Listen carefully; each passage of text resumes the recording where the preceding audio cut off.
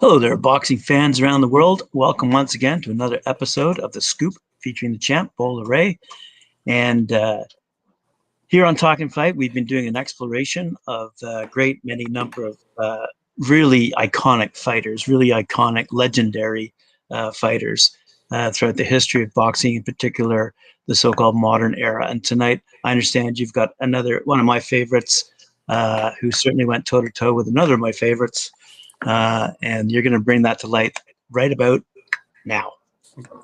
Something like that. Something like that. Um,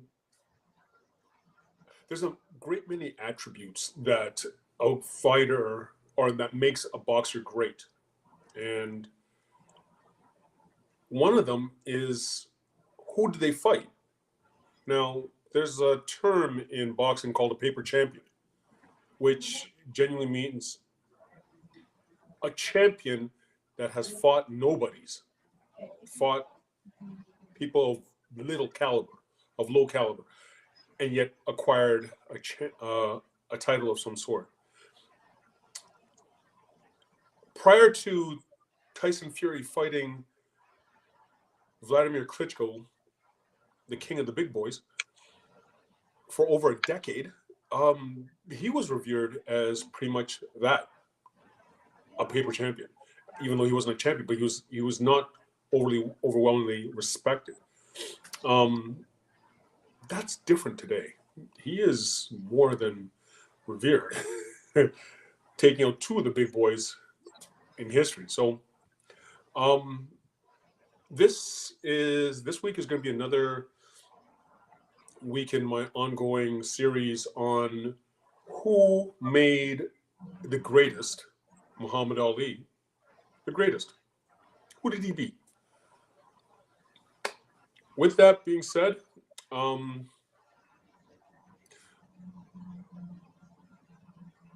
name is Bola Raymond Olubuwale, and this is The Scoop.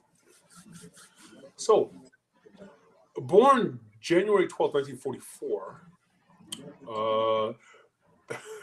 the 12th child, of course, right,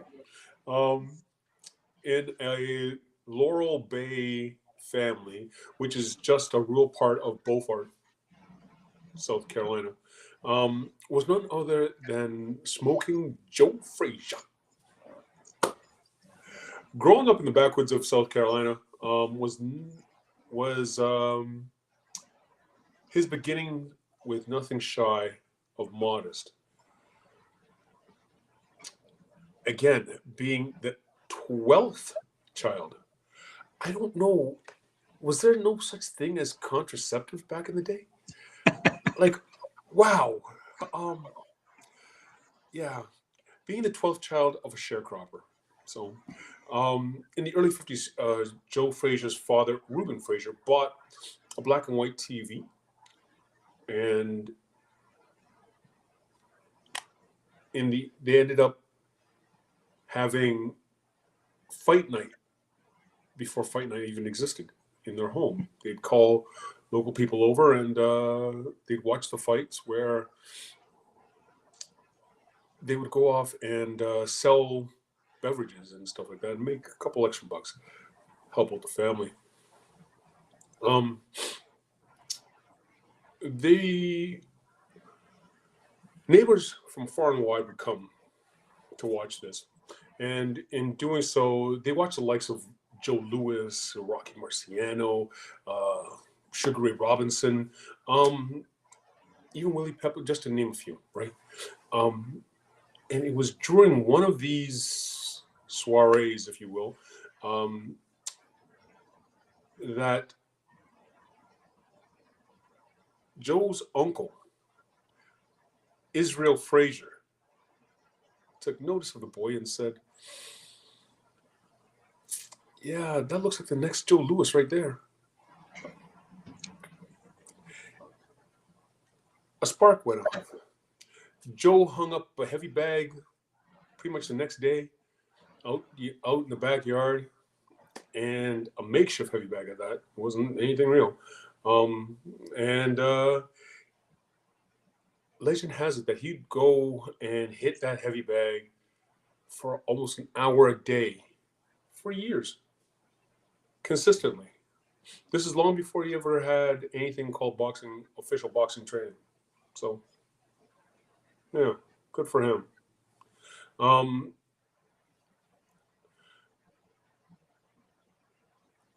Now, legend also has it that shortly after Joe started working,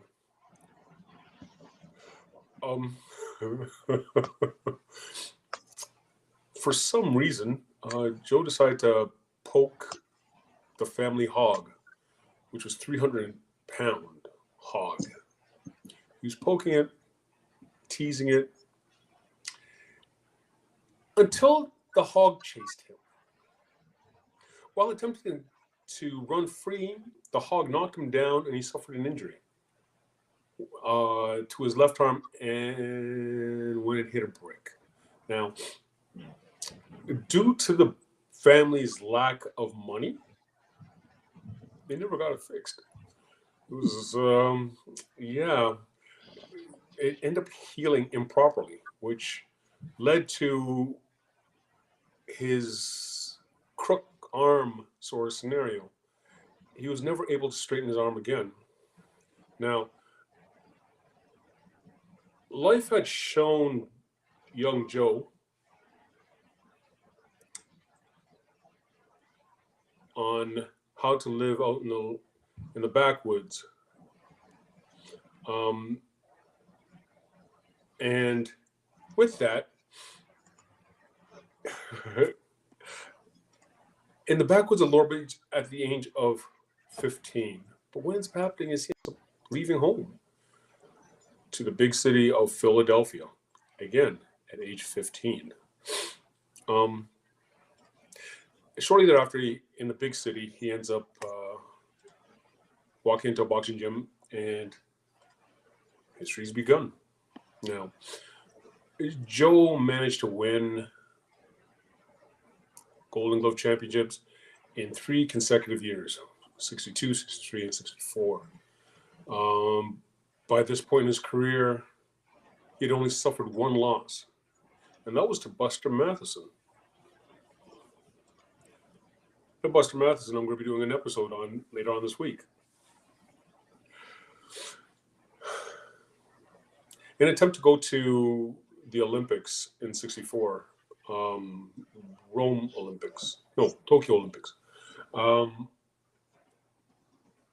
Leading up to it, he went to the Nationals and he sustained his 2nd amateur loss, which was again to none other than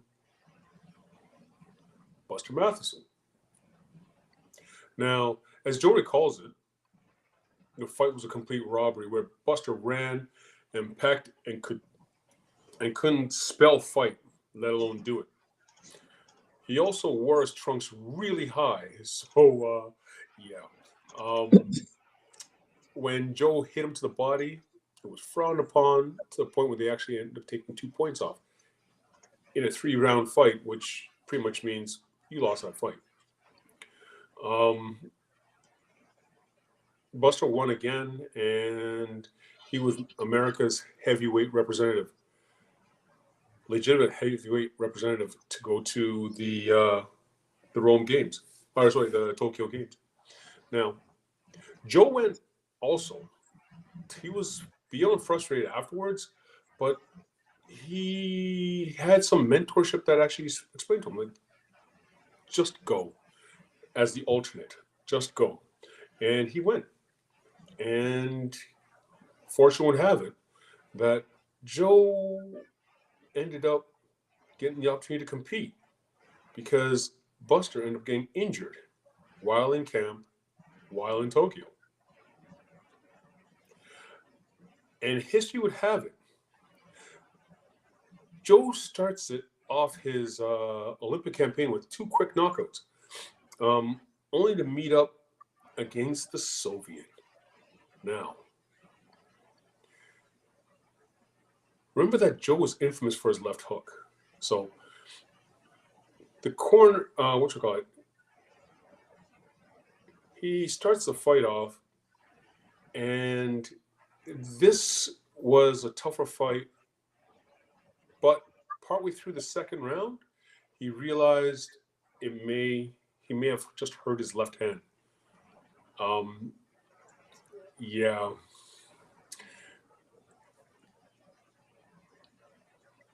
Grinned and bared it. Next thing you know, luckily for him, they threw in the towel in the second round. So he goes on to the gold medal fight, and he fights uncharacteristically favoring his right hand. He ended up winning the third fight, the gold medal match, 3-2 decision, but all because he already hurt his left hand in the fight before. He goes home with the gold medal. 1965 began with Joe turning pro with the help of Yancey Yank Durham as his head coach and team businessman, included in his entourage per se. Because again, remember in these days, you needed financial backing to actually turn pro. So what they did is they put together a conglomeration of businessmen. And one of those businessmen was none other than legendary boxing host Larry Merchant. Now, he also assisted in the management of Joe to ensure that he was able to just train and fight. Now, the following year, after his successful first year of professional boxing, Durham reached out to the now legendary trainer Eddie Futch to come on board as Joe's assistant trainer, of which he eventually did. As Joe's assistant trainer, Futch was responsible for a few things, including strategy and matchmaking, but notably, it was Futch that told Joe to exclude himself from the WBA, the 1967 WBA elimination tournament, heavyweight tournament, after Muhammad Ali had been denied the right to box for 3 years, 3.5 years. As a collective, they determined that to show support for Ali in an endeavor to not be forced to fight in Vietnam. Noble.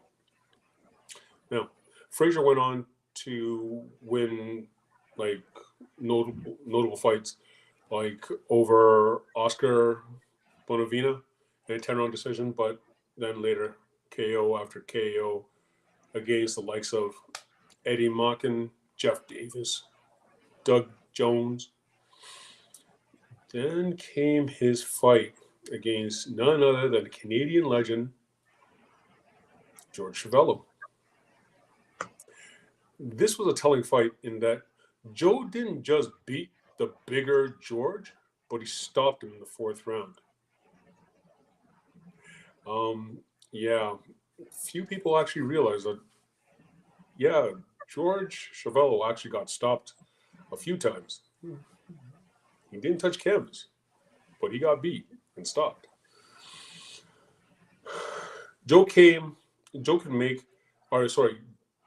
Chevello can make the claim that he never was off his feet in his boxing career, but it was the first time he was actually ever stopped. Now, some 8 months later, Joe faced off again against a common foe, and none other than Buster Matheson. And having never beaten him in the amateurs, this was a fight to watch, see how both were undefeated. Joe ended up stopping Buster in the 10th round. Now, in the heavyweight elimination tournament, Jimmy Ellis won the tournament, and it looks like nothing could stop the young prospect. But February of 67, Ali meets Joe for the first time and says pretty much that there's no way that this guy's going to ever beat me. So but looked at the opposition that he didn't just beat, but stops, tells a totally different story. After the fourth round stoppage of Ellis, the next fight for Joe was none other than Bob Foster. Another person I'll be doing an episode on this week. Coming into this contest was an impressive record of 41 wins and 4 losses. Bob was a noteworthy opponent that happened to last only 2 rounds. May 8th, 1971. The fight of the century.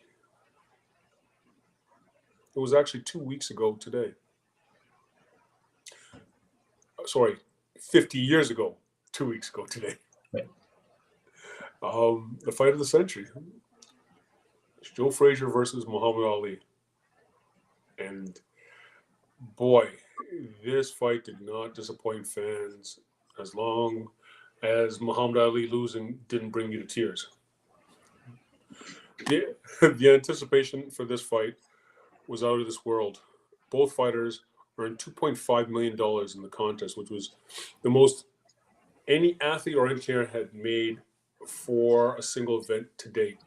The fight was televised in over 50 countries, and was estimated to have been seen by 300 million people fight night. The number surpassed the amount of people that watched the moon landing 2 years prior. Wow. Yeah. It was also estimated that the event grossed between $18 to $20 million, which equates to just around anywhere from $117 million to $130 million today. So with that, the fight starts off pretty much in Ali's favor, with him light on his feet and just peppering with his jab. The first 3 rounds looked pretty much the same, with Joe not finding too much success in getting Ali up against the ropes. 4th round was the first round that Joe clearly won. It was he came to life on that one. Forgive me.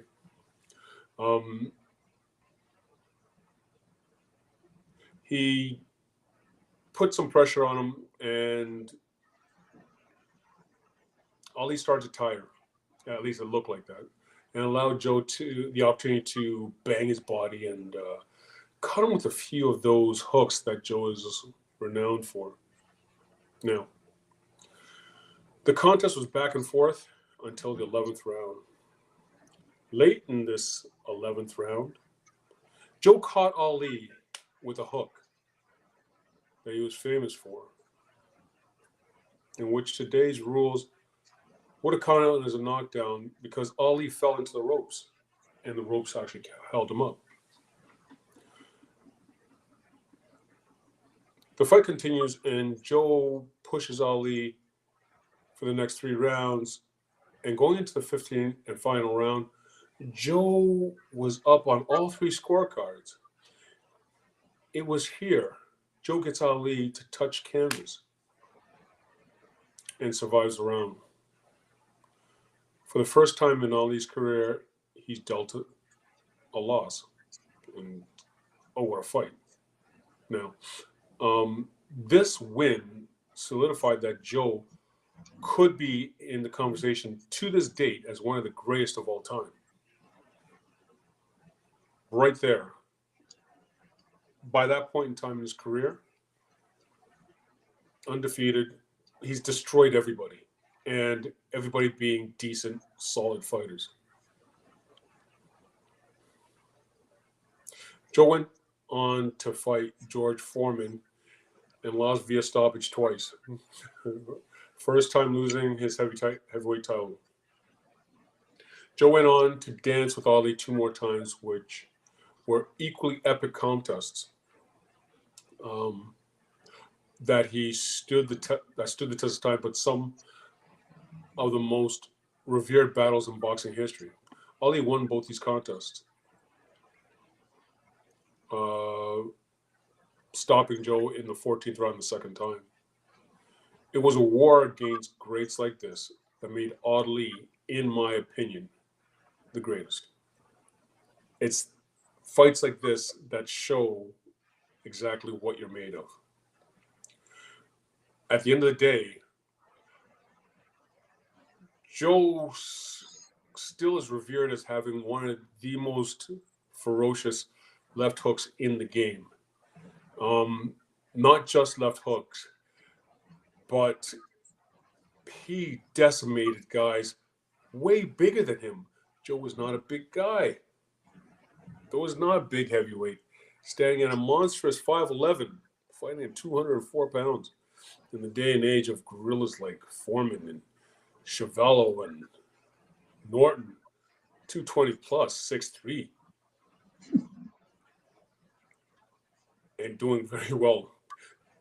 Joe finished off his career with 4 losses: 2 to Ali, 2 to George Foreman. That's it. That's all. He will forever, in my eyes, be seen as nothing shy of a warrior champion. He was truly great, and Ali was that much, or the argument is made that Ali is the greatest because he beat a great like Joe. That's my episode. Now, with that being said, if you like this episode, please smash the like button and subscribe. And don't forget to hit the notification bell. It's your boy Bola, and that's the scoop. What memories? What memories? I'll tell you, in 1971, I was a 11-year-old newspaper boy, and those guys filled the pages, mostly like great pictures that every paper would love to dream of these days. You know, the kind with the shots like this, with the sweat flying out, you know. Just great pictures, great stories. These guys really filled every young boy's imagination. Like, just wow, how great these guys went at it, and how they talked and how they carried themselves. And I don't really know if they were really truly bitter enemies, so to speak. Oh, But they carried it off well, I have to say. Like, they had you thinking these guys, they hated each other. And what a battle. Every night that they fought each other, those 3 fights were absolutely epic, epic battles. those what you call it? Ali didn't necessarily hate Joe Frazier. He was just the showman. That's what he did. He got in your head. He verbally abused you and took you out of your game because of the rage that you'd have for against the guy. But Frazier genuinely hated Ali till decades after they had long stepped in the ring as combatants. He still hated the man. He was convinced that he was a world champion at one time. And even as a world champion, he didn't think he got the respect that he deserved because there was always Ali. And he felt that part of it was that Ali turned the world against him. He actually said those words, that Wow. Ali turned the world against him. Ali used to do something. Well, Ali is Ali. When he used to call him, an Uncle Tom. He used to call a lot of people Uncle Tom. It is a derogatory term for black people, but he called him Uncle Tom. Poor Joe didn't know what an Uncle Tom was. He said he knew what a peeping Tom was. I was like, oh man. He was angry beyond angry. There was another time when he was on. There was an episode. I can't remember the talk show. Joe was on the talk show, and Ali decides that he's going to show up, and it turned into a wrestling match. Wow. On the talk show with 2 world champions. I can't see that happening today. You just, I don't know, taser them today, I guess. But yeah, there was absolutely, positively, unequivocally no love lost for Joe Frazier. I felt for the man. I felt for the man for a number of reasons. One, because yes, Ali did steal his thunder, and it's Ali, but that's also what Ali did. Another thing that actually irked me about Frazier, and I had made mention of it before with Joe Sonny Liston, is that they were both from the city of Philadelphia. And yeah, that city. Sonny Liston was the world heavyweight champion. He was the first heavyweight champion to reside in Philadelphia. Joe Frazier was the second heavyweight champion of the world to reside in Philadelphia. Philadelphia erected a boxing statue of a boxer. Do you know which boxer that they erected? Rocky The film Balboa. star? Yes. You've got to be kidding me. You've got to be kidding me. Right? Yeah. Yeah. That's just another tidbit of frustration. That is funny. Yeah. So that's my show. Right on. Thanks very much, Bola. Appreciate it. And we'll see you tomorrow night. Fantastic. Cheers. Thank you.